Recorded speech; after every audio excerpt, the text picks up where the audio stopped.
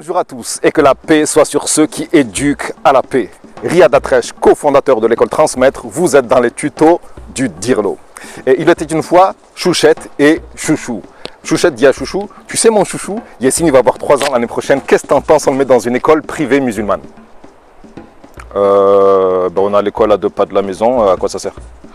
Ben tu sais, il va pouvoir apprendre le Coran, l'arabe, il va apprendre tout ce qu'on apprend dans une école normale, c'est super. Oui, mais tu sais, ces gens-là, ils sont un peu dans l'entre-soi. Moi, ce que je voudrais pour mon enfant, c'est qu'il soit avec les autres, des gens différents de lui, quoi. Ben, tu sais, moi, j'ai une copine qui a déjà son enfant là-bas, et ce sont des gens qui sont très ouverts. Ils font beaucoup de sorties pédagogiques, des voyages scolaires et tout ça. Non, non, non, c'est super. Et le prix, c'est combien déjà ?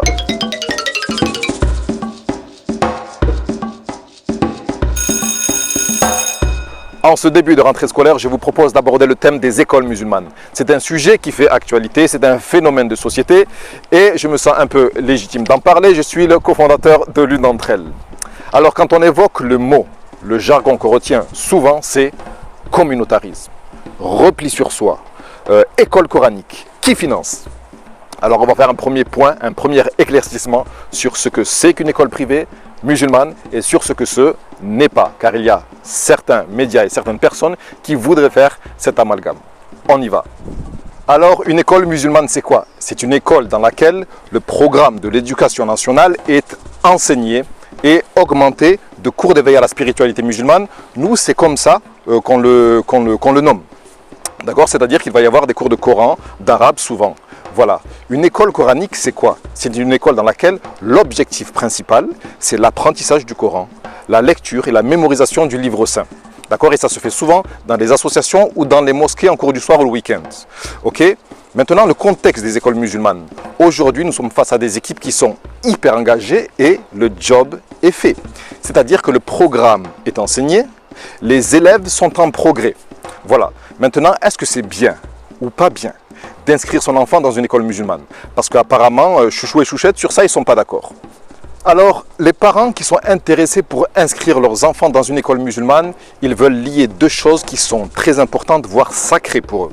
La première des choses, c'est la construction de la personnalité de leur enfant et notamment l'aspect spirituel, l'identité religieuse. Donc voilà, c'est pour ça qu'on inscrit son enfant dans une école dans laquelle il y a des cours religieux. La deuxième chose, c'est la scolarité. Et ces parents-là veulent assurer une bonne scolarité à leur enfant, donc ils les inscrivent dans une école privée, en se disant, en pensant, et avec évidemment l'écho que l'école a, que c'est une bonne école dans laquelle les enfants puissent progresser. Donc on est face à des enfants qui sont des petits élèves français à travers le programme de l'éducation nationale et des petits musulmans à travers le programme de l'éducation à la spiritualité. Voilà, donc c'est pour ce genre de parents que l'école musulmane est une solution. Et c'est une solution, ce n'est pas la seule solution. Et on ne va pas aller dans l'extrême en disant que les personnes, les parents qui n'envoient pas leurs enfants dans une école privée musulmane ne s'intéressent pas à la religion de leurs enfants. Ça n'a aucun sens. Ok. Maintenant, est-ce que les écoles musulmanes, c'est du communautarisme, c'est du repli sur soi? Alors là, il faut se mettre au clair sur ce que c'est que le communautarisme. Et là, j'ai un bon dictionnaire. Un dictionnaire qui est authentifié par Ibn Larousse et Abou Petit-Robert. Le communautarisme, ça veut dire qu'on va privilégier une communauté à une organisation qui est plus grande. C'est-à-dire, voilà, c'est vraiment la définition du repli sur soi. Et là encore, dire que toutes les écoles musulmanes, c'est du communautarisme, ça n'a pas de sens. C'est comme si je disais que, par exemple, toutes les boulangeries de Toulouse faisaient les meilleures chocolatines par rapport aux boulangeries de Paris qui feraient des petits pains au chocolat. Voilà, donc ça n'a pas de sens et là on doit vous renvoyer directement au projet pédagogique que l'école a. Alors allez interviewer, allez avoir un rendez-vous avec la direction, avec les enseignants et sachez dans quelle direction va l'école. Il n'y a que comme ça que vous allez pouvoir voir si effectivement c'est une école du repli sur soi ou c'est une école qui est ouverte sur les autres.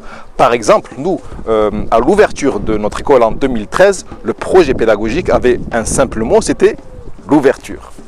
Donc, et on a prouvé que les musulmans et les non-musulmans qui sont enseignants ou quoi que ce soit, ont leur place à l'école transmettre. Sur ça encore, on a notre expérience, quoi. Et le dernier point, c'est l'aspect financier.